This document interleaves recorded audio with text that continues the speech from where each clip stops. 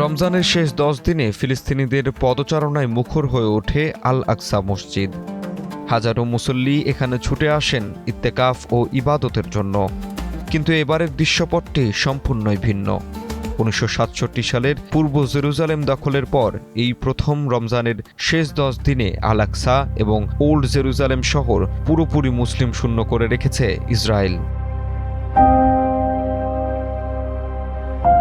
মসজিদের করিডোরে নেই হকারদের হাঁকডাক, নেই মুসল্লিদের ভিড়। ইফতার থেকে সাহরি পর্যন্ত যেখানে লোকের লোকারণ্য থাকার কথা তা এখন খাঁ খাঁ করছে। 28 ফেব্রুয়ারি থেকে ইরান ও ইসরায়েল যুক্তরাষ্ট্রের মধ্যে যুদ্ধের অজুহাতে আল আকসাকে অনেকটাই বন্দিশালায় পরিণত করা হয়েছে। বিগত 46 বছর ধরে আল আকসায় ইমামতি করা প্রবীণ ইমাম নাম প্রকাশ না করা সত্ত্বে বলেন, গত কয়েক দশকে এমন দৃশ্য আমি কখনো দেখিনি। যেখানে হাজার হাজার মানুষ ইতেকাফ করত, সেখানে এখন বড়জোর 4-5 জন মানুষ নিয়ে আমাদের নামাজ পড়তে হচ্ছে। সবাই একটাই প্রশ্ন করেন, হে শায়েখ, আল আকসা কবে খুলবে? কিন্তু তার কাছে কোনো উত্তরই নেই।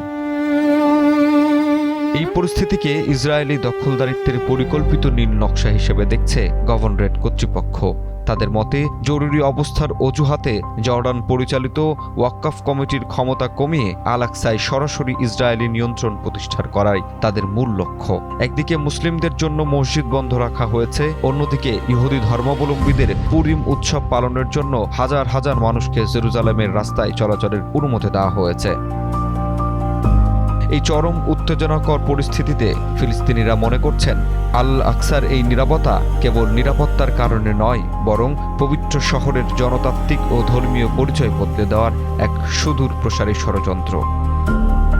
জাহিদ হাসান সাব্বির, বাংলা নিউজ 24।